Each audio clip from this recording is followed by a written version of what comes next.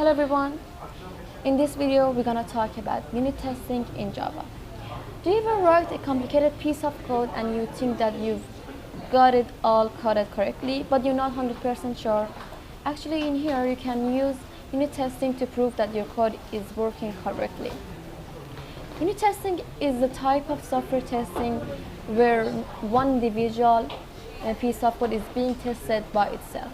So it's isolated one piece of code and make sure that it's working. Usually this piece of code is a class or a method with a class inside. We are going to be using the JUnit test framework to write our unit tests. All we have to do in order to use JUnit is to add its dependency in whichever dependency management tool you're using. Here I'm using Maven.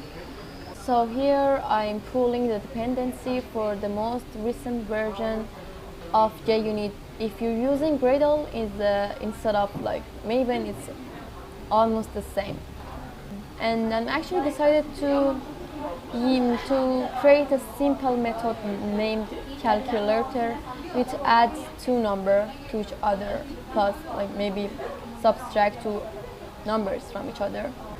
And the question is how exactly we can use unit testing for that simple method.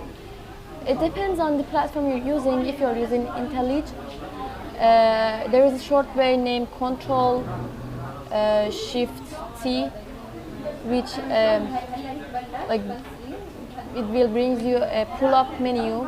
You should select on create new test, or if you made it, I already made it. I go directly to the calculator test. Before you make it, be sure to name it as close as the main method that you made.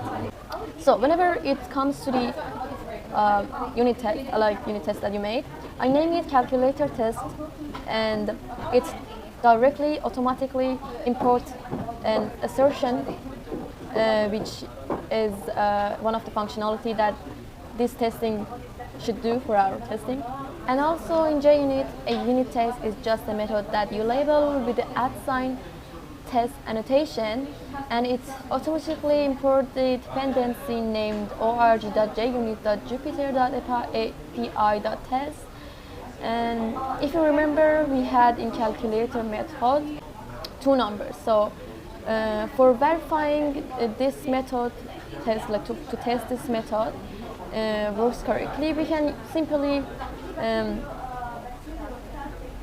bring two numbers, parameters, number 2, number 3, or any other numbers that you want to use to verify that this method is work correctly.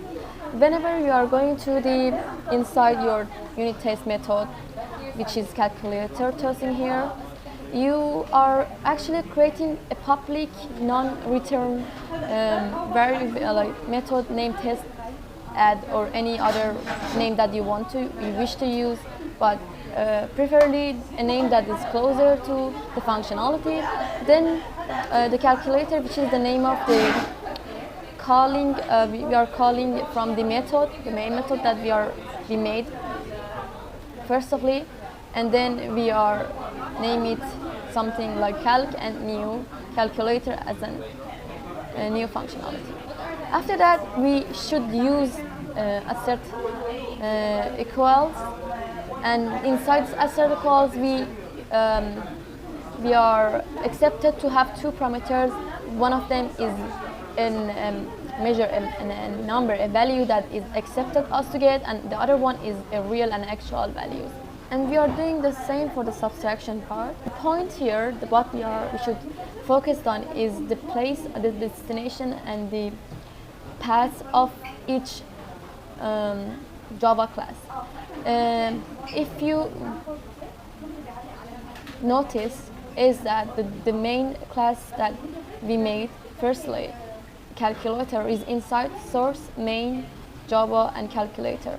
But the test is inside the same package, but in a different destination, which is source, main, test, Java, calculator test. So let's go back to the calculator test class for our unit test.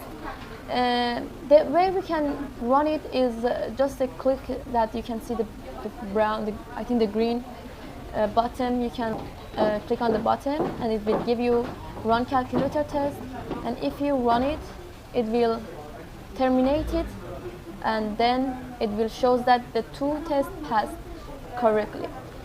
So meanwhile, I want to check if we make any mistake. Like, let's just make a mistake for just in case see like if the unit test is working correctly. If we run test again, it will show that one test failed, which means that we should go through the unit test class and see what's wrong inside there.